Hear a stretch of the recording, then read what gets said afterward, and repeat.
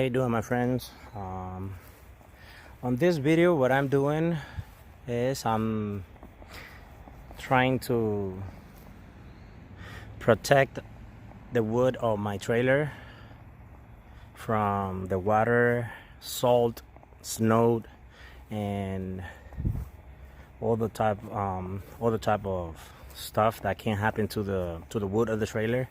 And what I do is I mix motor oil, all motor oil, like from any mechanic shop.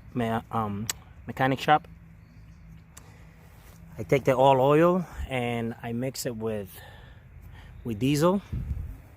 I put it in a bucket, and with a rag like this,